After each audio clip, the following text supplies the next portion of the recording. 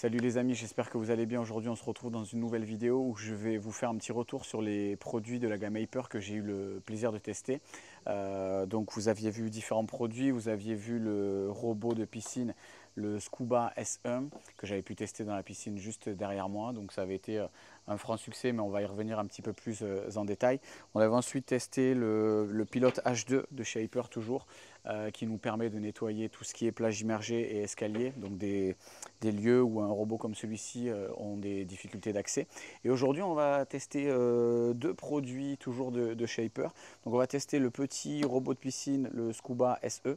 Donc c'est quand même clairement pas la même taille de robot. Au niveau gabarit, ça n'a rien à voir. Donc avant de me prendre des commentaires, je vous le dis de suite, c'est pas un robot qui va être adapté à la piscine que j'ai à la maison, mais un robot qui va plutôt être fait pour des gammes de piscine hors sol, qu'elles soient circulaires ou rectangulaires. Je pense que ce sera hyper adapté, d'autant que on va le tester quoi qu'il arrive, mais je pense qu'il ne fait que le fond de la piscine et basta. Et un des derniers nés de chez Hyper, donc ça c'est le Surfer S1.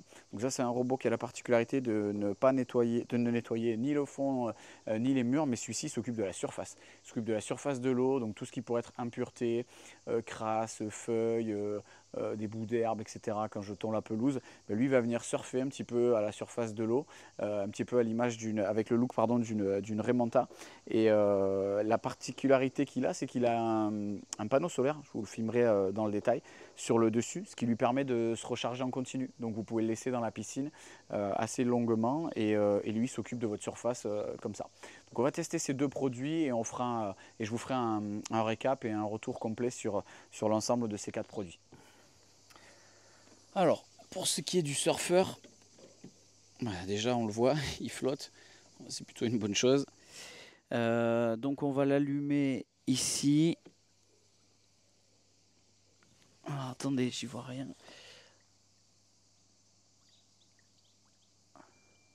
Voilà, donc j'ai entendu un petit bip. Là il est allumé, puis je vais appuyer sur play. Et c'est parti, les hélices se lancent. Et il est parti. Voilà, donc comme je l'ai dit précédemment, celui-ci c'est un robot qui va évoluer seul, qui va évoluer à la surface de la piscine pour ramasser tout ce qui est impureté. Bien qu'il soit équipé d'un panneau solaire sur le dessus, sur des jours de mauvais temps ou autre, il y a un petit chargeur qui permet de le recharger quoi qu'il arrive, d'accord. Mais après c'est vrai que si on a du grand beau, il est capable d'évoluer seul sans être rechargé. Donc il est équipé de capteurs et de mini sonars à l'avant comme à l'arrière, ce qui lui permet de ne pas venir abîmer la piscine lorsqu'il arrive sur une extrémité du bassin. Donc il vient, il se retourne. Vous voyez là, je le vois évoluer en même temps que vous en direct. On va se faire un petit time-lapse en écran large par la suite de la piscine pour voir un petit peu comment il évolue en accéléré. Mais déjà, je suis plutôt bluffé. Il flotte super bien. Et c'est surtout l'autonomie, quoi. Vraiment, grâce à ce panneau, vous le laissez dans l'eau, vous ne prenez même pas la tête et vous êtes sûr d'avoir une piscine avec une surface propre.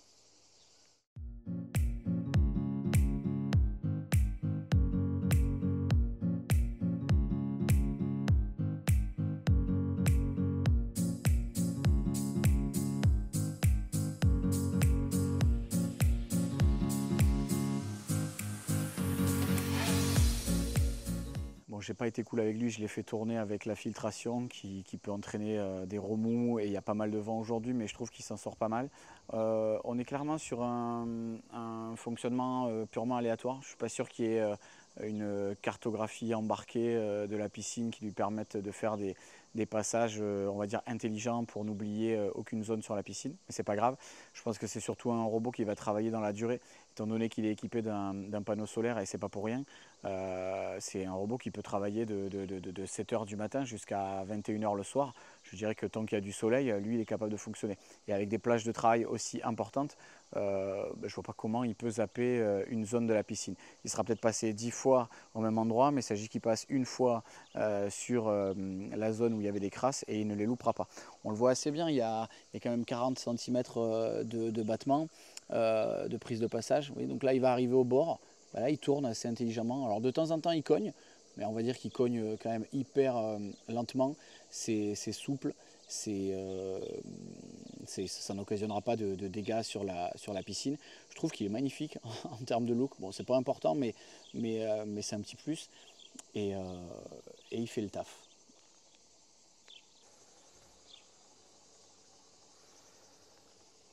Allez, reviens me voir. Donc on va l'attraper. Je pense qu'ici on va l'arrêter. Une petite pression, il s'arrête. Je vais le sortir de l'eau. On va le poser ici. Alors voyons voir. Donc ici une simple petite pression sur le loquet. On fait pivoter le panneau sur le dessus. Donc ergonomiquement parlant, c'est super bien pensé. La petite poignée qui se soulève automatiquement. Et ici donc on a le récipient. On voit qu'il y a quand même pas mal de crasse. Donc j'ai un petit bouton ici pour l'ouvrir à l'arrière. Je soulève et je vous laisse regarder. Voilà, donc c'est rien de gros ni de conséquent, mais en surface, il n'y a plus rien. C'est propre. Il a bien travaillé. Donc il n'y a plus qu'à nettoyer ça au jet et on est reparti pour une session. Allez, maintenant c'est à toi mon petit, tu vas nous montrer ce que tu as dans le ventre. Donc, on va t'allumer. Je pense qu'il y a un seul bouton, ça va pas être trop compliqué. Et c'est parti.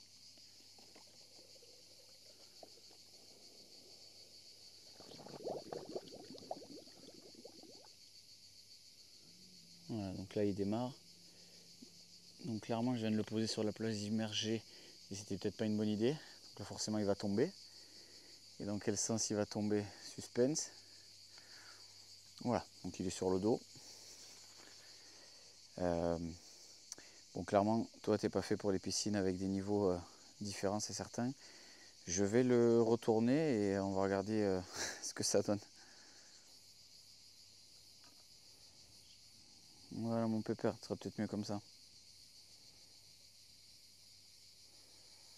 Ah ouais, mais il va vite, hein. Bon, il se déplace super vite dans la piscine. C'est quand même assez dingue, la vitesse. Espérons qu'il soit aussi efficace au niveau aspiration.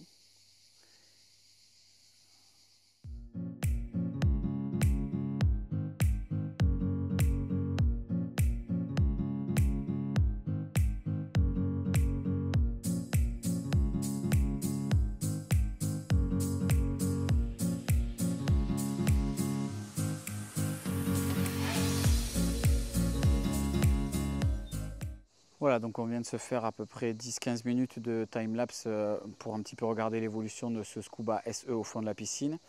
Donc je dirais petit mais costaud, parce qu'il va à une vitesse de malade dans l'eau. Regardez, j'ai du mal à le suivre avec la caméra. Donc rapide, peut-être presque un peu trop, il faut voir. Il ne faudrait pas qu'il soulève les crasses au moment de son passage, mais ça n'a pas l'air d'être le cas. Bon, on va pas se mentir, il ne suit aucun déplacement logique au fond de la piscine. Ça fait déjà quelques minutes qu'il est dans cette zone, donc il finira par en sortir, pas de panique. Mais il n'y a pas de plan intelligent sur le déplacement. Je vais essayer de vous remettre les images en vitesse normale du time-lapse, mais je l'ai presque surpris tout à l'heure à faire des cercles au fond de la piscine. Donc on aurait dit un petit bolide qui faisait des burns au fond de la piscine. Donc bon, pourquoi pas. Sauf qu'il ne pourra pas faire ça tout le temps. Il a 90 minutes d'autonomie, donc je pense qu'en 1h30, il a quand même largement le temps de passer partout et dans toutes les zones sur une piscine comme celle-ci. 3 heures de temps de charge sont nécessaires pour arriver à son autonomie maximale, donc de 90 minutes, je viens de le dire. Il est donné pour des piscines ne dépassant pas 9 mètres. Donc là, c'est vrai que si on fait abstraction de la plage, c'est OK. Mais on sent quand même qu'il va être limité dans ses capacités. Donc ce n'est pas une surprise, on le savait. Hyper me l'a également communiqué au niveau des informations. C'est un robot qui est fait pour des piscines hors sol de taille beaucoup plus petite.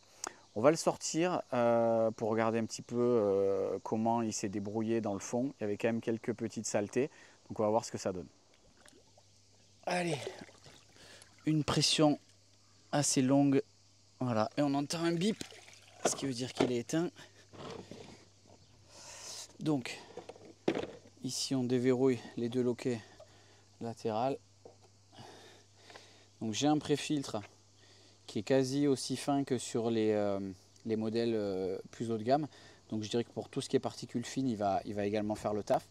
Et au fond, donc je vais vous rapprocher un petit peu, au fond, on voit tout ce qui est impureté, mais de taille beaucoup plus conséquente. Donc là, il y a des fourmis, il y a des petits gravions, de l'herbe, une feuille, etc. Donc il fait le job. Franchement, je suis bluffé, je ne m'attendais pas à autant de saleté. La piscine, je la trouvais plutôt propre visuellement. Donc eh ben, c'est pas mal mon petit, t'as bien bossé. Voilà les amis, j'ai sorti les 2 robots de l'eau. Il est temps pour nous de faire une petite revue d'effectifs sur ces différents produits.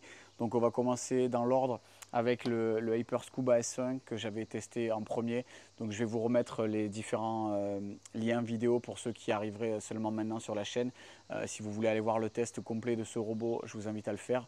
Je vous mets le lien dans la description quoi qu'il arrive, mais je le mets également en haut dans la vidéo. Donc un robot milieu de gamme chez Hyper, il y a encore mieux, mais il y a également moins bien. Il est top, vraiment, capacité et finesse de filtration génialissime. Il s'occupe du fond, des parois, de la ligne d'eau. Il a même un mode économie qui lui permet de rester dans l'eau et de démarrer plusieurs cycles en cas d'absence par exemple. Donc vraiment un robot complet et efficace. Derrière, on va retrouver le deuxième robot que j'avais pu tester, donc c'est le Pilote H2.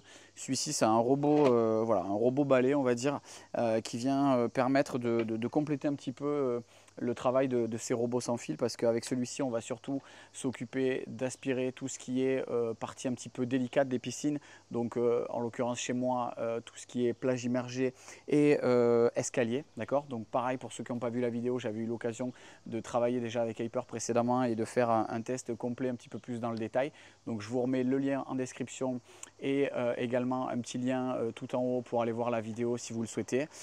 Aujourd'hui, ensemble, on a testé donc, le Hyper Surfer et le petit Scuba SE, le tank comme je vais l'appeler. Donc pour revenir sur le Surfer S1, donc c'est vraiment bluffant. Celui-ci, à la différence d'un petit peu tous les autres, il va s'occuper de la surface de l'eau, d'accord. Donc c'est un robot qui va flotter, qui va s'occuper d'aspirer toutes les impuretés et les crasses qu'on va retrouver en surface. Il est doté d'un panneau solaire, ce qui lui permet de travailler en continu tant qu'il fait beau. Et ça, je pense que c'est vraiment un atout majeur parce que ça va lui permettre d'évoluer sur de longues périodes et donc d'être certain de ne rien oublier dans la piscine.